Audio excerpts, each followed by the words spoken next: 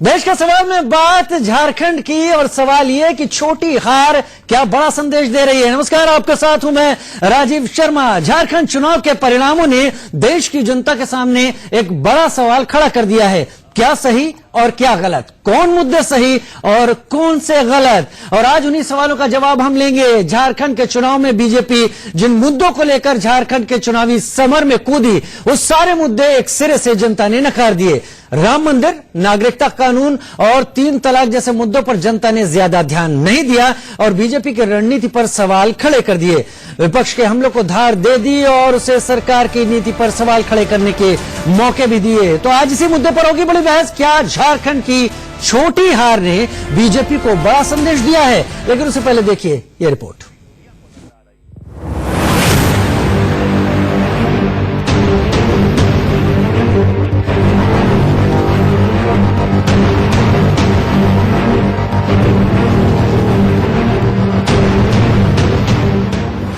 न राम मंदिर का मुद्दा चला, न नागरिकता कानून।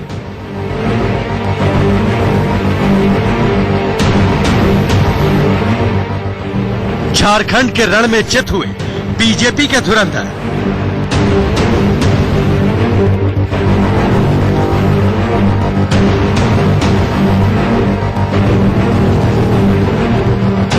बीजेपी की करारी हार, झारखंड में अब सोरेन सरकार।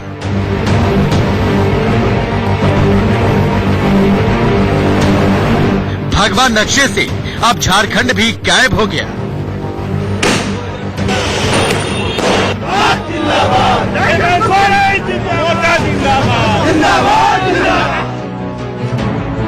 और ये ऐसे वक्त में हुआ जब हिंदुत्व के तमाम मुद्दों पर बीजेपी के कई नेता दम भर रहे हैं। राम मंदिर से लेकर नागरिकता कानून तक पर सरकार की पीठ थपथपा रहे हैं। तो आखिर झारखंड में क्यों फेल हो गया फॉर्मूला?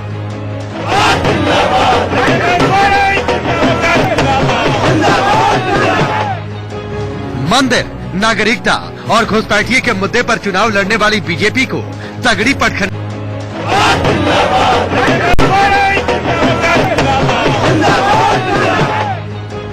मंदिर, नागरिकता और घुसपैठिए के मुद्दे पर चुनाव लड़ने वाली बीजेपी को तगड़ी पटखनी मिली। बीजेपी के वोट शेयर में 2014 की तुलना में करीब 2% का इजाफा जरूर हुआ, लेकिन इसका फायदा सीटों के नंबर गेम में नहीं हो पाया। फिलहाल कांग्रेस और घटक दल झारखंड की जीत का जश्न मना रहे हैं।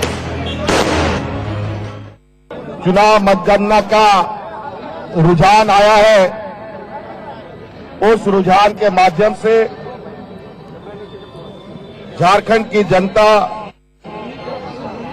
ने जो जनादेश दिया है, जो इस राज्य को स्पष्ट जनादेश दिया है, इसके लिए मैं राज्य के मतदाताओं का मैं बहुत बहुत आभार प्रकट करता हूं। हालांकि पीएम मोदी और गृह मंत्री शाह ने चुनाव प्रचार के दौरान नागरिकता और राम मंदिर को लेकर मंच से हुंकार तो खूब भरी, लेकिन वोटरों को फिलहाल इससे आगे का भरोसा चाहिए। साथियों, नागरिकता संशोधन कानून न किसी भारतीय का अधिकार छीनता है, न ही उसे किसी तरह का नुकसान पहुंचाता है।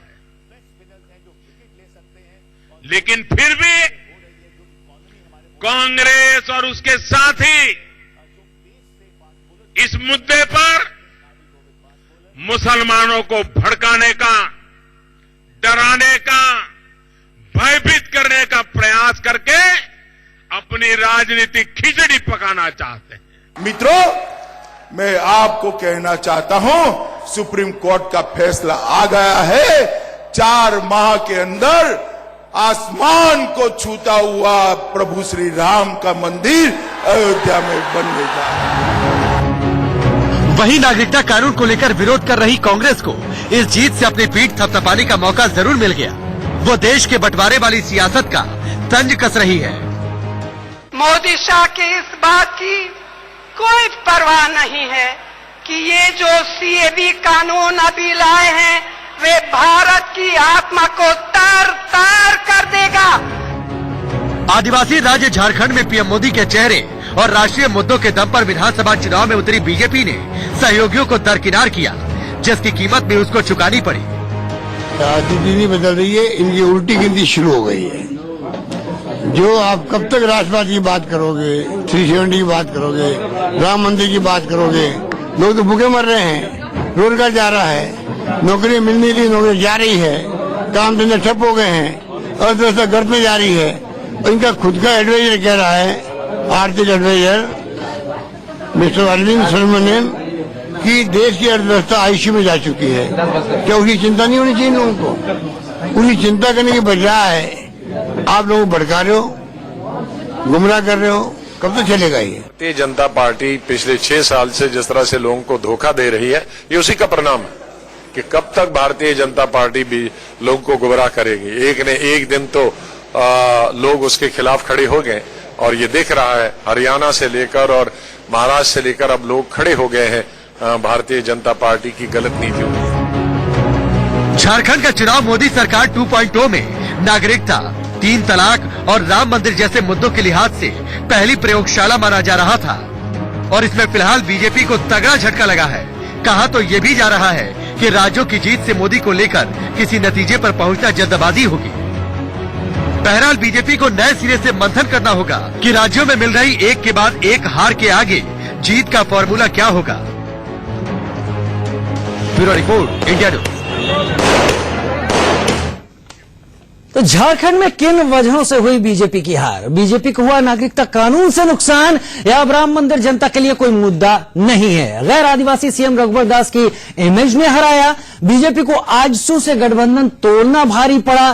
पार्टी के बागी और विपक्ष की मजबूत एकता भारी पड़ी? पत्थलगड़ी और मॉब लिंचिंग के मुद्दे पर क्या वोट पड़े? यहां पर तमाम है हमारे देश के सवाल। क्या नागरिकता, राम मंदिर का मुद्दा जनता ने खारिज कर दिया? क्या राज्य के चुनाव में राष्ट्रीय मुद्दे स्वीकार नहीं किए गए? क्या सहयोगियों को साथ न लेना बीजेपी को भारी पड़ा है? क्या विपक्ष का विरोध भारी पड़ा? और क्या क्षेत्रीय मुद्दों की अनदेखी बीजेपी को झारखंड में महंगी पड़ गई? तो कई सवाल हैं, देश का सवाल, जहां पर हम बहस कर रहे हैं और बात कर रहे हैं यहां पर। और हमारे साथ एक बड़ा पैनल भी जुड़ रहा है। हमारे साथ 4 मेहमान इस वक्त हमारे साथ जुड़ गए। हमारे साथ देश रत्न निगम साहब जुड़ गए हैं, जो कि पॉलिटिकल एनालिस्ट है, एक्सपर्ट है, अपनी बात रखते हैं, बड़े संयम से और कायदे से रखते हैं, काफी गंभीर समझ रखते हैं। मेरे साथ एसके दत्ता साहब हैं और जब भी बोलते हैं मुखर बोलते हैं, ताल ठोक के बोलते हैं, फायरबर्न एक्सपर्ट कह सकते हैं हम इनको। मशहूद हाशमी साहब हमारे साथ है, अपनी बात को मुद्दे तक सीमित रखते हैं, बेहतर तरीके से रखते हैं। लेकिन सुदेश वर्मा साहब भी हमारे साथ जुड़े हैं, बीजेपी के स्पोक्स पर्सन है। और उनको अगर मैं सबसे आखिरी में इंट्रोड्यूस कर रहा हूं तो उसकी वजह है क्योंकि उनके पास सबसे पहले जाना है। सुदेश जी, पहला सवाल आपसे, 1 मिनट का वक्त दूंगा, मैं चाहूंगा सभी पैनलिस्ट को वक्त मिले। ये बताइए, आज की झारखंड की हार आपको सबक दे रही है या आपको लग रहा है जो आपने किया ठीक किया, ये वर्तमान दौर ही ऐसा है?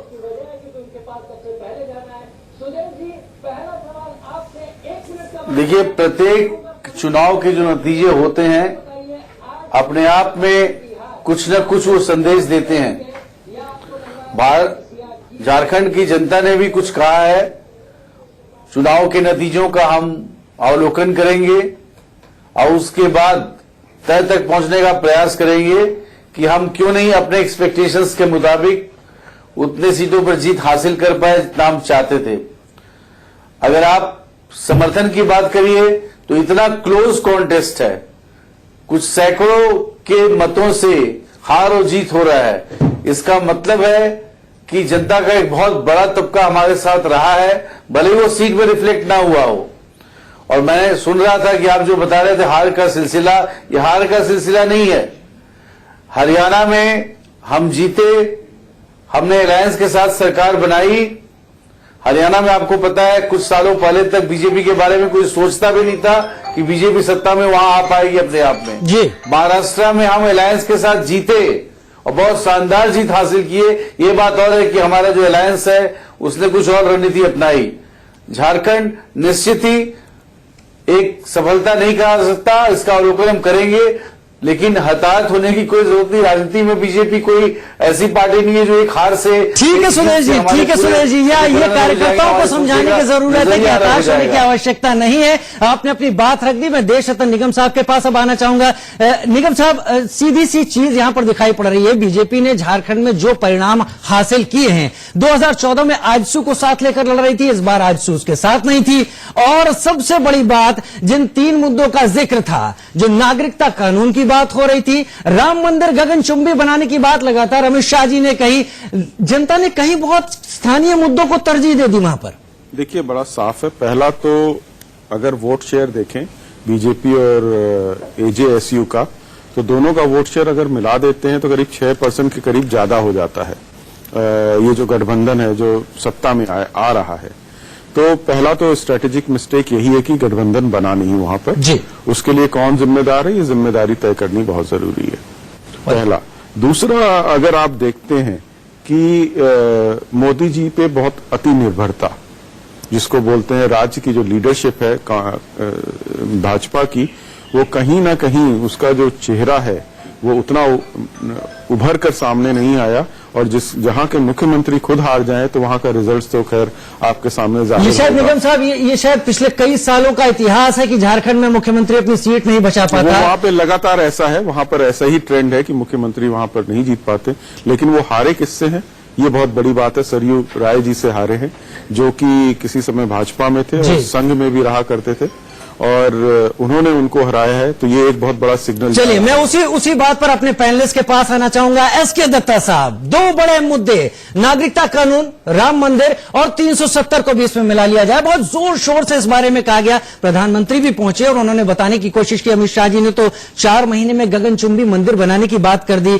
वहीं विपक्ष कहीं बहुत जल, जंगल और मिट्टी से जुड़ा रहा मुद्दों में। आपको बहुत नुकसान हुआ इन सबका, क्षेत्रीय मुद्दे वहां दिखाई नहीं पड़े। देखिए, इसको समझने के लिए कई सारे परिपक्ष में इसको एनालाइज करने की आवश्यकता है। पहला तो यह है कि 2 राष्ट्रीय पार्टी को ही मैं उठाता हूं, भारतीय जनता पार्टी और Indian national Congress. Indian national Congress की झारखंड के चुनाव में खुद की हालत क्या है, 11-12 सीट, इससे ज्यादा नहीं। बाकी प्रदेशों के हिसाब से भी आकलन अगर आप करेंगे, हरियाणा में जो चुनाव हुआ, महाराष्ट्र में जो चुनाव हुआ, कितने सीटें इंडियन नेशनल कांग्रेस लेके आई है। ये म्युनिसिपैलिटी की पार्टी क्षेत्रीय पार्टी के कंधे पे बेताल की तरह बैठ के और बैसाखी के सहारा से आगे निकलती है और अपना खुद का पीठ थपथपाती है कि हमने तो बहुत अच्छा कर दिया, हमने तो बहुत अच्छा किया, भाजपा को एक तरह से तहस नहस कर दिया। अरे अपने गिरिबान में झांक के देखिए, राष्ट्रीय परिपक्ष में कितनी प्रतिशत वोट शेयर आपकी है और कहां कहां पे कितने सीटें आप खुद अपने बलबूते पे लेके आ रहे हैं। दूसरी बात यहां पे यह है कि भारतीय जनता पार्टी की जहां बात आती है, मैं समझता हूं कि भारतीय जनता पार्टी को झारखंड के परिपक्ष में अपने जो अलायंस पार्टनर रहे हैं काफी सालों से, उनको लेके चलने की आवश्यकता थी। सीट का आवंटन उस हिसाब से होना चाहिए था। सरयू राय जी का जाना अपने आप में और इंडिपेंडेंट होकर इस पर दत्ता साहब आगे आपसे बात करूंगा, क्योंकि आप 2 सेकंड आगे 2 सेकंड और मुझे दीजिए। आपने कहा कि राम मंदिर का मुद्दा कोई मुद्दा ही नहीं रहा इस बार के चुनाव में। अरे जो आसमान छूता हुआ जो मंदिर का जब निर्माण शुरू होगा ना 4 महीने बाद, उस समय आप देखिए पूरे राष्ट्र में आसमान छूता हुआ मुद्दा भी बनेगा। ये भारत की जो साइकोलॉजी है वो उस हिसाब से चेंज होती रहती है। राष्ट्रीय मुद्दे, आइडियोलॉजिकल मुद्दे अपने जगह पे, स्थानीय मुद्दे अपने जगह पे, एंटी इनकम्बेंसी फैक्टर कितना रहा, रेबल फैक्टर कितना रहा, और अलायंस के जो गठबंधन होना चाहिए था अलायंस पार्टनर्स के साथ, वो आखिर क्यों नहीं हो पाया। जोड़िए अपनी बात, इससे पहले कि मसूद जी के पास जाऊं। देखिए, पहले तो जो सीएबी एनआरसी की बात हो रही है वो 4th और 5th फेज में उसको इफेक्ट करना चाहिए था, वहां पे बीजेपी ने अच्छा किया है। 4th और 5th फेज में ये बड़ा साफ दिख रहा है। दूसरा, ये जो इधर उधर की बातें हैं, राम मंदिर अब सिर्फ बनना बाकी, वो मुद्दा नहीं रह गया और वो बनेगा।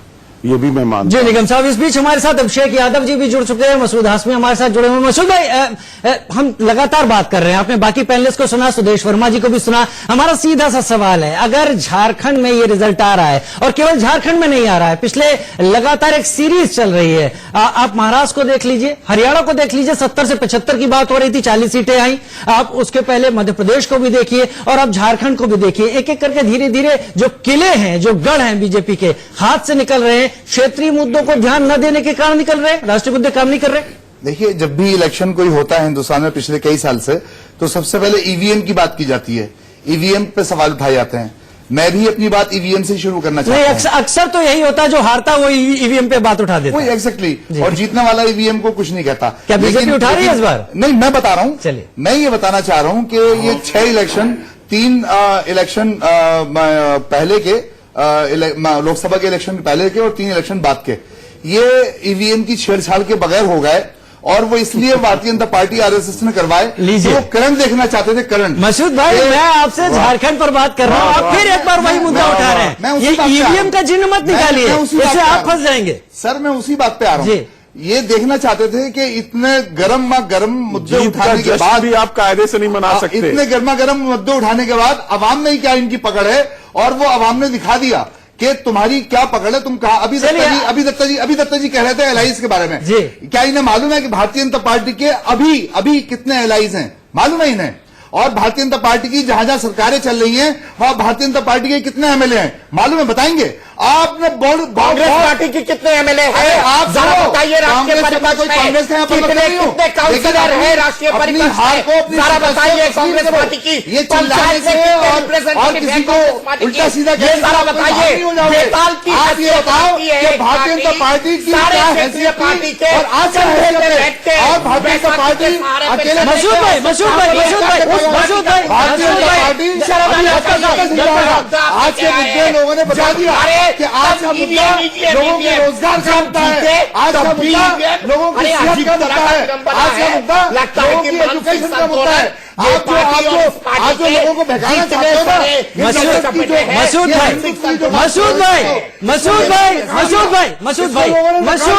मसूद भाई क्या गलत कह दिया अभी आपसे एसके दत्ता साहब ने? आप झारखंड में हैं, जेएमएम के सहारे हैं, आप तो उत्तर प्रदेश में आते हैं, आपको किसी के सहारे की जरूरत पड़ती है। पार्टी कौन से सहारे पे यहां तक पहुंच गई? ये तो क्षेत्रीय सहारे लेने ही पड़ते हैं। भारतीय जनता पार्टी को यही तो भ्रम पैदा हो गया कि अब हम बहुत बड़े हो गए, हमसे बड़ा कोई नहीं है। उसके रिजल्ट आप देख लीजिए। अब आप तिल मिलाते रहिए, अब आप लकीर पीटते रहिए, ये क्यों नहीं हुआ, ये क्यों नहीं हुआ, ये क्यों नहीं हुआ। अब आप तिल मिलाते रहिए, हम तो मजे लेंगे, हम तो मजे लेंगे। आपके तिल मिलाते दत्ता जी की तिल मिलाते, सुदेश वर्मा जी लकीर पीटते रहिए, ये क्यों नहीं हुआ, ये क्यों नहीं हुआ, ये क्यों नहीं हुआ। अब आप तिल मिलाते रहिए, हम तो मजे लेंगे, हम तो मजे लेंगे। आपके तिल मिलाते दत्ता जी की तिल मिलाते, सुदेश वर्मा जी, सुदेश वर्मा जी मेरे साथ जुड़े हुए हैं और मैं अभी आपको लाता हूं, अभिषेक भाई अभी लाता हूं एकदम। सुदेश वर्मा जी, देखा आपने किस तरह से मुद्दे उठाए गए हैं झारखंड के इस पूरे हार को लेकर। एक तरीके से आपने स्वीकार किया है जनता के जनादेश को, लेकिन यहां पर यह कहना है कि आप लोग खुद ही ये नहीं जानते कि आपके गठबंधन क्या है, लोग कहां हैं। आजसू को जिस तरह से छोड़ दिया उसके बाद यह सवाल वाजिब बनता है क्या? नहीं, देखिए, आजसू को हमने नहीं छोड़ा। आपको पता होना चाहिए, आप तो पूरा वॉच रखे हुए हैं कि आजसू जो चाहती थी वो हम डिलीवर नहीं कर सकते थे आजसू के लिए, इसलिए आजसू खुद लड़ी अकेले। उसके बाद भी हमने आजसू को कभी अपना दुश्मन नहीं माना। चुनाव में भी हमने जो एक मर्यादा होती है कोalition का, वो मर्यादा हमने रखा था। क्योंकि देखिए, आजसू हमारा अरे सर सुन लीजिए ना, हम लोग राजनीति में कोई यहाँ राजनीति को गंदे करने के लिए नहीं है कि जीत गए तो बड़े दम में रहेंगे और हार गए तो यही होता है। ऐसा नहीं है, तो यही है। अब मोदी जी को कहो ना कि मोदी की जिम्मेदारी इस हार के। हम सुनिए, अरे सर सुन लीजिए तो सही, सुन तो लीजिए। अरे सर थोड़ा सुन लीजिए। ये जो 24 सीट आपको दिख रहा है आपके, आप ये मान के चलिए कि ये बहुत सॉलिड सीट आए हैं। परसेंटेज ऑफ वोट आप जब देखेंगे तो आपको हमारे समर्थन का अंदाज होगा, और यही हमारी नींव बनाएगी झारखंड में। क्योंकि आपकी जो अलायंस, अगर वोटिंग परसेंटेज की बात कर रहे हैं तो देश ने नकार रखा है आपको, आपको देश ने नकार रखा है। अगर आप वोटिंग परसेंटेज की बात नहीं होती या नंबर की बात होती है। और हम विपक्ष में आपको हर वो काम नहीं करने देंगे जो आप करना चाहते हैं। चलिए मेरे पास थोड़ा सा भी ब्रेक का वक्त है, समय कम है। मैं चुनाव ने तो दत्ता 40% के हिसाब से दत्ता साहब कांग्रेस पार्टी का जयकार है, इतना जयकार किया है कांग्रेस पार्टी का, माउंट एवरेस्ट में खड़ा करके जनता ने धकेल। ऐसा लग रहा है कि शायद झारखंड चुनाव के बड़े मुद्दे यहाँ भी कहीं बहुत गुम होते जा रहे हैं। मेरे साथ अभिषेक यादव जुड़े हैं, लेकिन अभिषेक जी काफी कुछ फायरबैंड बातें हो गई। मैं छोटे से ब्रेक ले रहा हूं, उसके बाद लौट के आता हूं। शुरुआत आपसे करूंगा क्योंकि झारखंड के ठीक बगल आरजेडी से आप आ रहे हैं, आरजेडी के प्रवक्ता भी आप हैं, आप ज्यादा बेहतर समझ पाएंगे वहां भाजपा मुद्दों को भूल गई या जनता ने भाजपा को बुला दिया। छोटा सा ब्रेक, जल्द हाजिर होते हैं।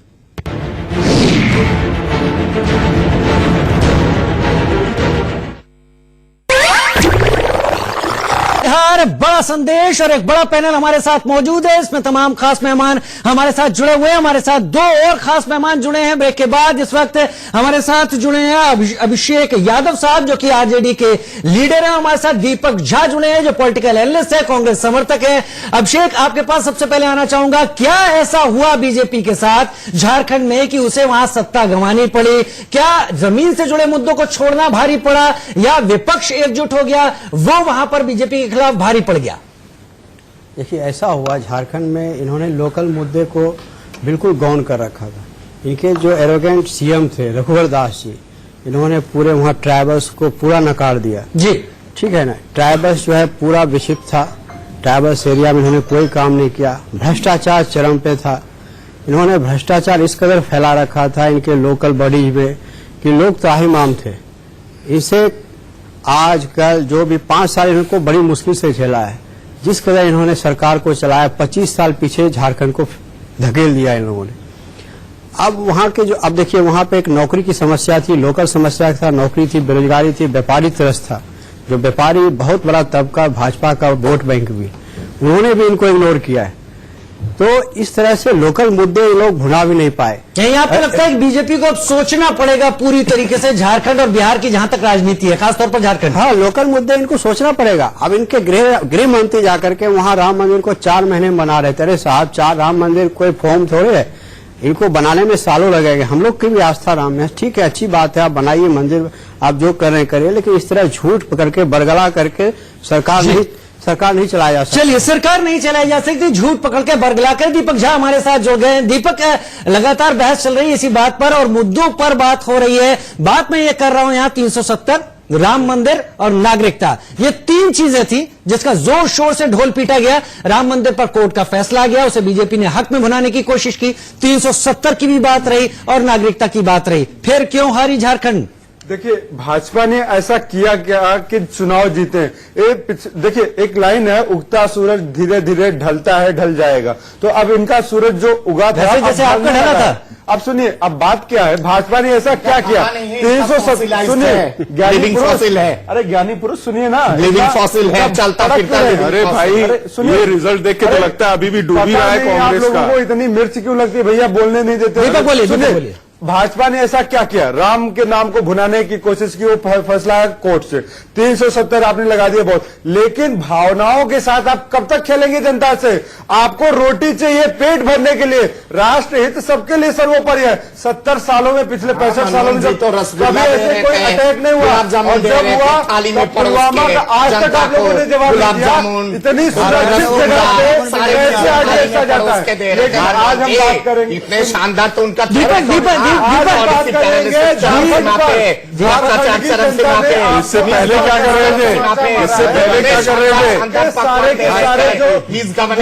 अरे भाई, दीपक एक बात बताइए, दीपक झा, मसूद हाशमी आ रहे हैं, मसूद हाशमी आ रहे हैं, दीपक झा इस पूरे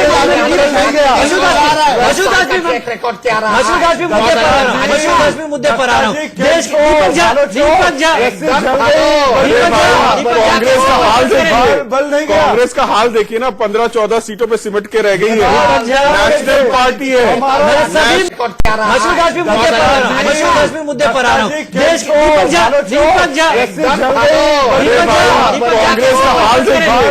कांग्रेस का हाल देखिए ना, 15-14 सीटों पे सिमट के रह गई है। नेशनल पार्टी है, नेशनल पार्टी है। गठबंधन धर्म को फॉलो करते हैं, गठबंधन धर्म नहीं है। सीट मांग रहा है, कांग्रेस डिप्टी सीएम मांग रहा है। आपने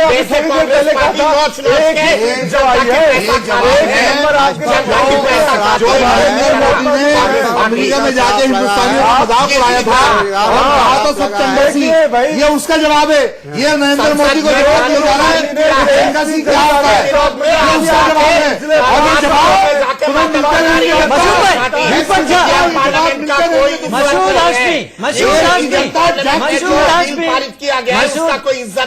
हाशमी देश से बाहर प्रधानमंत्री जाते हैं तो पूरे देश के लिए जाते हैं, किसी एक खास के लिए नहीं जाते। मैं बात यहाँ सीधी सी कर रहा हूँ। मसूद हाशमी झारखंड की बात करिए। झारखंड में शर्म आनी चाहिए ऐसे लोगों को, और उन लोगों को जो ऐसे लोगों की हिमायत करते हैं यहाँ पर बैठकर, उन्हें कंडेम करना चाहिए, उन्हें बाइकआउट करना चाहिए। जवाब दे दूं, नहीं शांत हो जाए, बैठ जाइए, खड़े नहीं मैं आपको जवाब दे रहा हूं, सुन लेंगे। मैं चाहूंगा सुन ले मसूद भाई, सुन ले मिलेगा जवाब। मेरे पैनलिस्ट यहाँ पर इसीलिए हैं कि जवाब दे सके। सुन लो, आपको मौका मिलेगा, दीपक मौका मिलेगा, दीपक जी मौका मिलेगा। मसूद भाई ये इंटरटेनमेंट चैनल नहीं है। देखिए मैं बड़ा साफ बता दूं, भारतीय पासपोर्ट की जो वैल्यू 2014 में थी उससे बहुत ज्यादा है। यहाँ तक कि पाकिस्तान का व्यक्ति भी बाहर अपने आप को हिंदुस्तानी बताने लगा है, और जहाँ पे भी उसका चेकिंग होती है वो हिंदुस्तानी बताता है। रेस्टोरेंट खोलता है तो हिंदुस्तानी नाम रखता है। सच बता रहा हूँ, सच बता रहा हूँ, सच बता रहा हूँ, सच बता रहा हूँ। पासपोर्ट की वैल्यू ये सारी दुनिया जानती है। वो लोग बाहर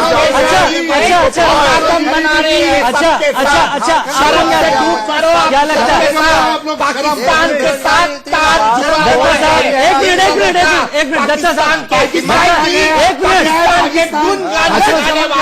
पाकिस्तान से प्यार दे सबके साथ मना रहे हैं। नेशनल हिंदुस्तान की बात करो, पाकिस्तान मसूद हाशमी ये मुद्दा नहीं है क्या? 370 मुद्दा नहीं है क्या? राम मंदिर जो इतने दिनों से पाकिस्तान के मुसलमानों को झारखंड की बात करो, झारखंड की बात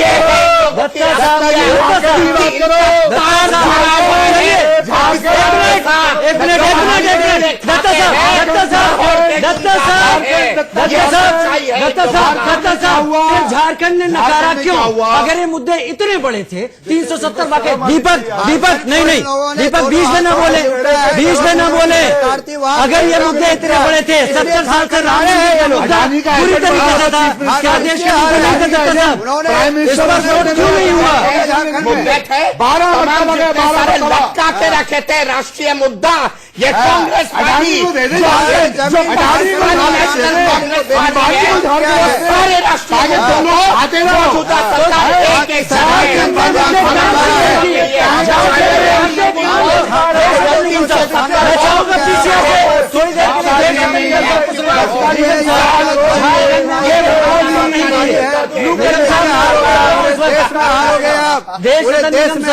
झारखंड में ये मुद्दे काम क्यों नहीं किए? झारखंड में बड़ा साफ है, एक पार्टी जो भाजपा है उसका जो वोट शेयर है 2014 से बढ़ रहा है, लेकिन फिर भी हार रहे हैं जी। तो इस पे चिंता करने की जरूर बात है, कारण कि अगर आप गठबंधन वहां नहीं बना पाए, जो कि मेन कारण है हार का, अगर उन दोनों के वोट जोड़ देते 43% के करीब वोट हो रहे हैं, जो इस महागठबंधन से 6 से 7। दीपक झा आपको नहीं लगता कि देश अब मुद्दों पर अपना वोट देना सीख गया है? संसद लोकसभा के वोट अलग तरीके से हो रहे हैं और राज्य के वोट अलग तरीके से हो रहे हैं, इसमें कमाल की क्या बात है? और जहां तक कांग्रेस की बात है, माफ कीजिएगा, कांग्रेस अभी भी सहारों पर चल रही है, वो तमाम आंकड़े भी बताते हैं। देखिए, आपकी बात बिल्कुल सही है कि देश की जनता जागरूक हो चुकी है, मुद्दों की बात करती है। आप राज्य के चुनाव में एनआरसी और 370 पे चुनाव नहीं जीत सकते। दूसरी बात, आपको लोकल मुद्दों को उठाना पड़ेगा। मैं 3 जिलों का नाम लूंगा जी, जल्दी जल्दी अपनी बात रखें, अब बाकी कांग्रेस के पास जाना है। और जमशेदपुर, धनबाद और एक जगह और है, यहाँ पे लोकल इंडस्ट्री और बड़ी इंडस्ट्री दत्ता साहब एक सवाल लूंगा। जनता सड़क पे आ गई, जनता में आपने ट्राइबल को वहां पे सड़क पे उनकी जमीन कब्जा, यानी लोकल मुद्दों ने काम नहीं किया, लोकल मुद्दों को एड्रेस ना करना बड़ा। लेकिन जनता ने भाजपा को निकाल दिया, मुझे इस बात की खुशी है। चलिए, इसके जनता के सामने उनका असली चेहरा आ चुका है, क्योंकि नरेंद्र मोदी जी का दिखाने का और खाने के दोनों दांत अलग है। एक हाथी के दो दांत होते हैं खाने को दिखाने के। मसूद भाई, मैं एक सवाल ऐसे दत्ता साहब से ले लूं, एक छोटा सा ऐड कर दूं जल्दी से। देखिए, चींटी को लाठी से नहीं मारा जाता, ये बात ध्यान चींटी को लाठी से नहीं मारा जाता, लेकिन इसके मेरा सवाल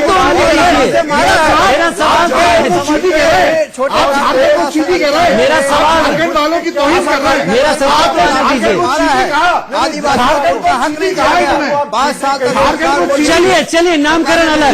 दत्ता साहब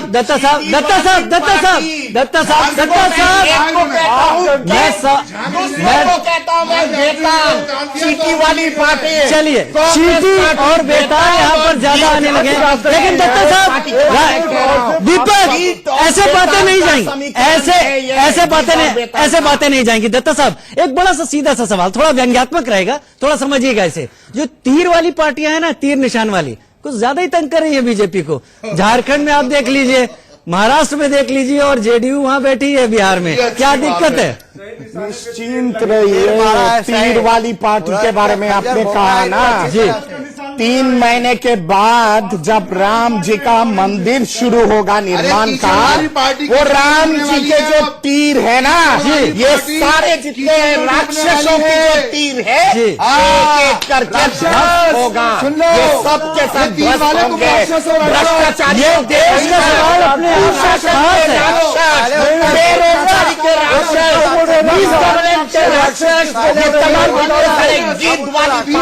मैं क्षमा चाहूंगा, शब्दों को समझिए।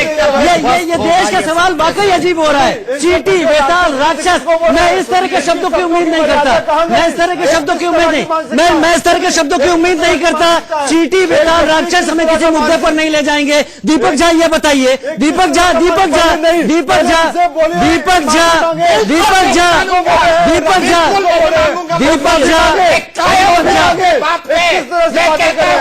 जो भ्रष्टाचार के राक्षस, जो मिसगवर्नेंस के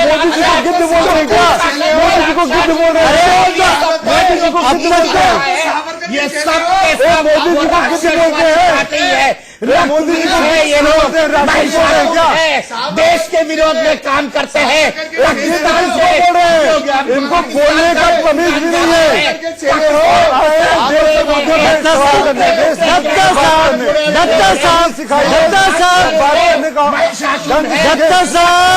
दत्ता साहब, फिर देश, दत्ता साहब, देश आपके साथ क्यों नहीं आ रहा है? धीरे धीरे करके सरकारें क्यों हाथ से जा रही है? महाराष्ट्र चला गया, मध्य प्रदेश चला गया, राजस्थान चला गया, झारखंड चला गया, आखिर देश साथ क्यों नहीं है? देश साथ क्यों नहीं है? भारत चलाओ पार्टी,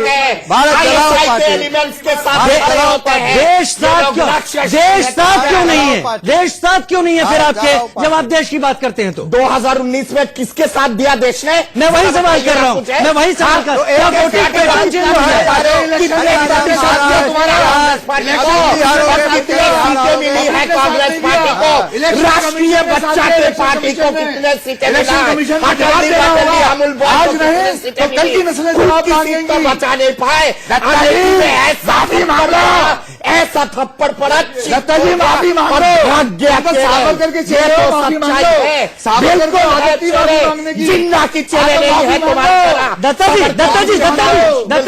जी आपकी बातें सुनिए। आपका कहना है कि इसका मतलब यह हुआ कि जो राष्ट्रीय नेतृत्व है, जहां तक बीजेपी की बात है, वो तो उभर रहा है, क्षेत्रीय नेतृत्व नहीं उभर पा रहा। और आपके बाद मैं दीपक के पास जाऊंगा, मैं चाहूंगा कि उनको भी लोग सुने। मैंने जैसे पहले भी कहा है कि वहां पे रेबेल फैक्टर्स बहुत इंपॉर्टेंट रहा है। उसके साथ साथ क्षेत्रीय लीडरशिप की कहीं ना कहीं पे एक कमी रही है कि वो अपने बातों को ढंग से लेके नहीं जा पाए। काम तो बहुत अच्छा हुआ वहां पे नक्सलिज्म को किसकी कमी है? लीडरशिप की कमी हुई है वहां कि संगठन कमजोर है या लीडरशिप कमजोर जा पाए? और उसके साथ साथ मैं ये जरूर कहता हूं कि अलायंस पार्टनर्स का जो चीजें हैं उनको ध्यान में रखते हुए चुनाव में जाना चाहिए था। मैं पानी नहीं पिलाता हूं, मैं देश विरोधी लोगों को पानी पिलाता हूं। ये आप चले दीपक झा एक जी ना बनना भाजपा का मेरे ख्याल से वो सबसे बड़ा बहुत बड़ी बात वो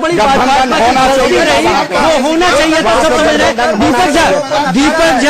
दीपक झा आपको क्या लगता है कि आपने और आपके गठबंधन ने जो जेएमएम के साथ आपका रहा, उन्होंने मुद्दों को भी एड्रेस किया और सही समय पे सही गठबंधन कर लिया? देखिए, हम लोग क्या है, लोगों का सम्मान है, नेताओं का सम्मान करना जरूरी है। आपका नेता छोटा है, गठबंधन छोटा है, बड़ा है, किससे ये मैटर नहीं करता है। जब आपको अहंकार आ जाता है, जब आप अपने लोगों को सुनते नहीं है, सुदेश राय जैसे जो लड़े हैं, जो रघुवर दास के खिलाफ जीते हैं, आपका कहने का मतलब ये है। तो आज इतिहास में पहली बार, अरे यार सुन लो ना, एक मिनट क्या बदतमीजी करने पे आ गए हो? सुनो चुपचाप से, सुनो सीखो।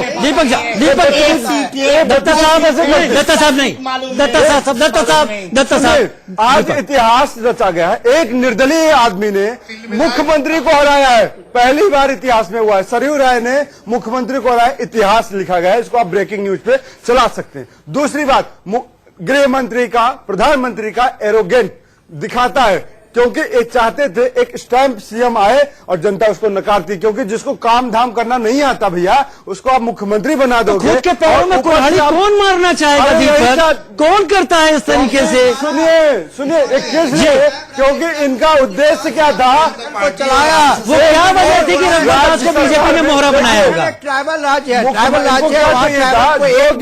आज्ञाकारी मुख्यमंत्री जी। भाजपा को क्या चाहिए? एक आज्ञाकारी मुख्यमंत्री चाहिए, आज्ञाकारी एमपी, आज्ञाकारी एमएलए चाहिए, नेता नहीं चाहिए गृह मंत्री को और प्रधानमंत्री को। मसूद भाई मैंने बात सुनी दीपक की, क्या बदलने वाला है झारखंड में? आपको क्या लगता है क्या बदलेगा? क्या जहां तक राजनीति की बात है, तो आगे आने वाले दिनों में बीजेपी अपनी कमियों को सुधारेगी नहीं क्या? देखिए, सोरेन फैमिली मतलब अच्छा इनका पॉलिटिकल रिकॉर्ड है। झारखंड में इनकी राजनीति अच्छी है। एसके दत्ता साहब जवाब देंगे इसका। इन लोगों की पकड़ अच्छी है, हमें लगता है और हमें उम्मीद करते हैं जी कि और कामना हमें करनी चाहिए कि जो नई सरकार है। और यहाँ ड्राइविंग सीट पर कौन रहेगा और पीछे कौन बैठेगा? पेलियन कौन रहेगा इस गाड़ी में? तो ये लोग सोरेन जी का तकरीबन, लेकिन दत्ता जी का तिल मिलाना जो है ना, वो हमें बड़ा अच्छा लगता है। हम चलिए दत्ता जी तिल मिलाते हैं, तिल मिला देता हूँ। दत्ता जी तिल मिलाइए। एक बात बताइए मसूद भाई, एक बात दत्ता जी एक बात लगातार कह रहे हैं कि कांग्रेस का जो जनाधार है वो सहारे से कहना कि क्या बदलेगा, मैं बताता हूँ क्या बदलेगा। वहाँ पे बदलेगा, कुशासन होगा, पे होगा, अगर नए पार्टी कांग्रेस बना रही है, बेरोजगारी कांग्रेस की गलत पॉलिसी ऐसे कांग्रेस से जमीन खोई है और अपनी जमीन तलाश होगा। आप लोगों ने आज तो नहीं सरकार को बधाई दे दीजिए, आज तो वो जनता का जनादेश हासिल करके आए हैं। बधाई बिल्कुल देता हूँ, बधाई इस बात का देता हूँ, आप कैसी देखना चाहता हूँ कि बिना चक्के की ये पार्टी कब तक चलती है और बिना व्हील का ये गठबंधन गीत और बेताल का गठबंधन। दीपक झा साथ में। दीपक, एक कांग्रेस मुक्त भारत का एक नारा बहुत ज्यादा लगाया गया था। अब जो हालात हैं वो आपको क्या लग रहा है?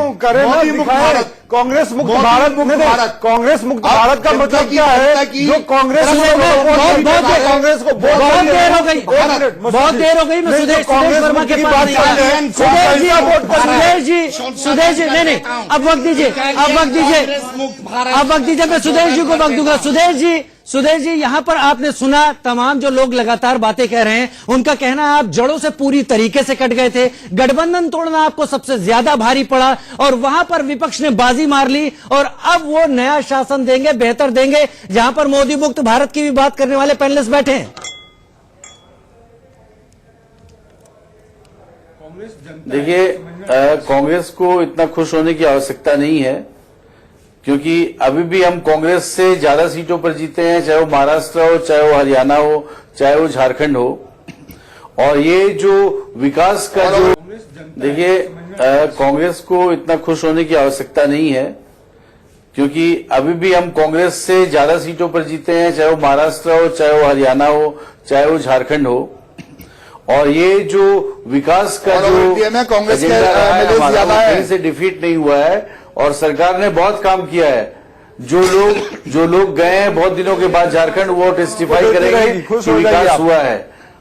इसलिए, और जहां तक कांग्रेस का इतिहास है, तो आपको पता है जेएमएम क्यों जाना जाता है, आपको पता नहीं है? पार्लियामेंट में क्या हुआ था जेएमएम का, भूल गया? झारखंड मूवमेंट को धोखा दिया था कांग्रेस ने, एक एमएलए मधु कोड़ा को सरकार बना दिया था, पूरा करप्शन किया था, लोग जेल गए। ये वही लोग हैं। दीपक जी, मधु कोड़ा का एपिसोड भूल गए आप? मधु कोड़ा का एपिसोड आप लोग को भी याद रखना चाहिए। आपने बताइए, इतिहास बहुत पूरा झारखंड देखा है महाराष्ट्र में। सुदेश जी नहीं,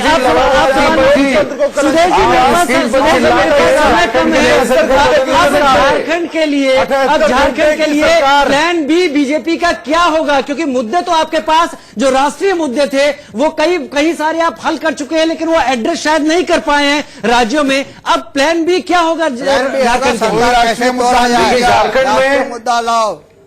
झारखंड में हम बहुत बड़ी शक्ति के साथ वापस लौटेंगे जब भी चुनाव होगा। आप मार्क माय वर्ड्स, हम बहुत स्ट्रॉन्ग वर्ड्स किए हैं। We are marking your words कि आप बहुत बड़ी शक्ति के साथ वापस लौटेंगे।